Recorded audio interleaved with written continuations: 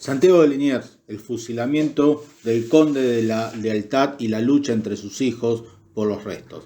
El 26 de agosto fue ejecutado en Cabeza de Tigre, quien había sido héroe de la Reconquista durante las invasiones inglesas. Se había opuesto a la Revolución de Mayo, el incierto lugar donde fue sepultado y el destino final de sus cenizas tras una controversia entre sus herederos. La vida de Santiago Antonio María de Liniers y Bremont podría resumirse en el título nobiliario con el que fue honrado después de defender al virreinato del ataque británico. Liniers fue leal a la corona, por más que existiesen recelos por su origen francés, y lo fue hasta las últimas consecuencias, no solo ante las amenazas externas, sino cuando la insurgencia criolla aspiró a separarse de España, dividida por la invasión napoleónica. Por ser el cuarto hijo de 9 hermanos, el título familiar de conde de Liniers lo recibió su hermano mayor, quien además fue caballero de la Real Orden de San Luis y socio de su hermano en varios emprendimientos en el Río de la Plata. Por pactos entre España y Francia, pactos de familia, Santiago pudo ponerse al servicio de la corona peninsular y ser admitido a la Orden de Malta con solo 12 años.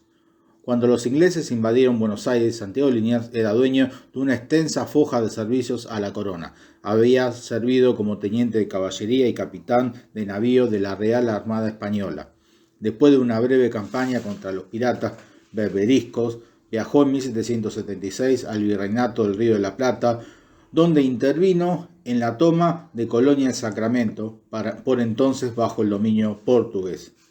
Vuelto a España, se destacó en varios enfrentamientos en el Mediterráneo contra los ingleses. Por estos actos de servicio llegó a capitán de fragata. Casado con Juana Úrsula de Menviel y la Torrete, volvió al Río de la Plata, donde desgraciadamente mueren su esposa y su único hijo.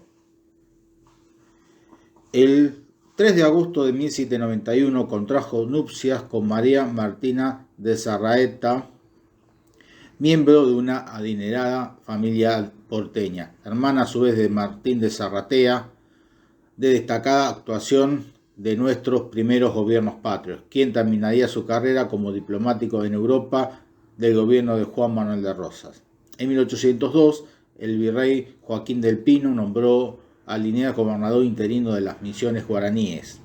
En 1804 volvió a Buenos Aires y una vez más la desgracia cruzó su destino. Su esposa, Martina Sarratea, murió después de dar a luz al octavo hijo del matrimonio. Días más tarde moría también su hijo Francisco de Paula, de tan solo 2 años. Fue después de este doloroso episodio cuando se unió a su hermano en el proyecto de establecer una fábrica de pastillas de carne condensada para proveer a las naves que paraban en Buenos Aires, pero el negocio fue un completo fracaso.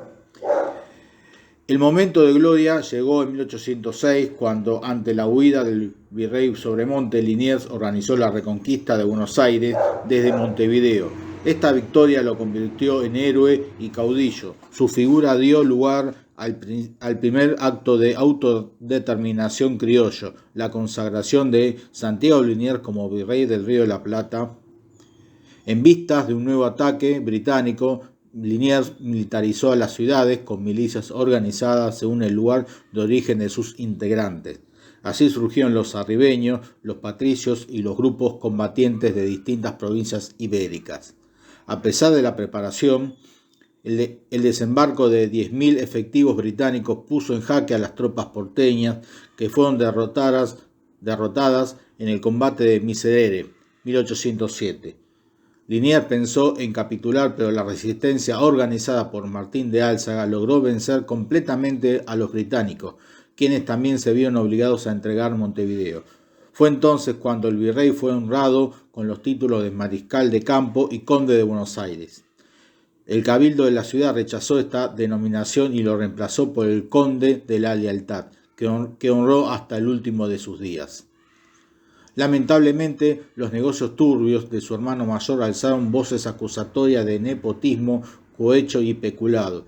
Su relación sentimental con Madame Marie-Anne Perichon, una nobleza francesa de agitada vida social y erótica, además de supuestas actividades como espía, no mejoró la reputación de don Santiago, quien fue acusado de traición por haber recibido al marqués de Sancenay, un enviado de Napoleón. Javier de Helio alzó la ciudad de Montevideo contra Liniers y no tardó Martín de Álzaga en insubordinarse y pedir la destitución del virrey en Buenos Aires. Gracias al apoyo de Cornelio Saavedra y sus patricios, la tropa porteña más numerosa logró derrotar la conjura y desterró a Martín de Álzaga a Carmen de Patagones. A pesar de los reconocimientos, la Junta Sevilla prefirió un virrey español en estas costas y lo nombró a Baltasar Hidalgo de Cisneros, un marino español de extensa carrera que se había comportado como un valiente durante el desastre de Trafalgar.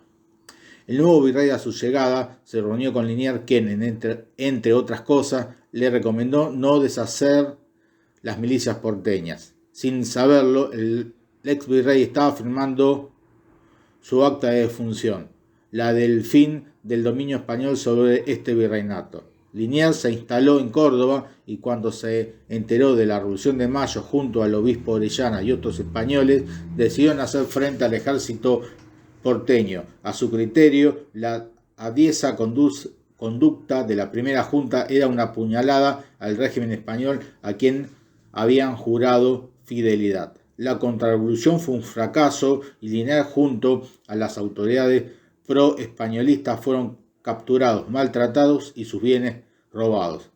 La primera junta ordenó el fusilamiento de los cabecillas, pero el comandante Francisco Ortiz de Campo, quien había sido subordinado de Liniers, se negó a cumplir el mandato y decidió remitir a Liniers y demás contrarrevolucionarios a Buenos Aires.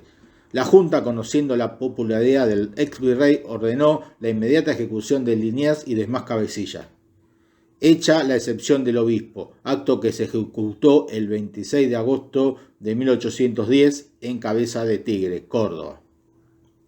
Allí el héroe de la Reconquista fue desnudado y arrojado a una fosa común. Por años, el ex virrey fue olvidado hasta que el presidente Santayo Derqui designó una delegación para localizar los restos de los ejecutados. Uno de los testigos del fusilamiento identificó el lugar del entierro y allí se hallaron los restos del virrey junto a los demás fusilados. Liniers pudo ser identificado por un botón con una corona. Las cenizas fueron trasladadas luego a Rosario y después a Paraná. Para ser homenajeados, recordemos que entonces esa ciudad era sede del Poder Ejecutivo.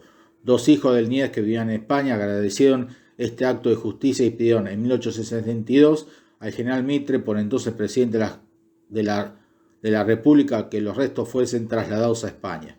Una de las hijas se opuso y los restos de Liniers fueron al cementerio de la Recoleta, al panteón familiar. Sin embargo, los hijos españoles, dolidos por el destrato que había sufrido su padre, insistieron y lograron que sus restos fuesen trasladados a España y sepultados en Cádiz en el Panteón de los Marinos Ilustres. El gobierno argentino colocó una placa que reproduce la frase final de la biografía de Santiago Liniers, escrita por Paul Grusac. Los últimos héroes de la patria vieja fueron las primeras víctimas de la patria nueva.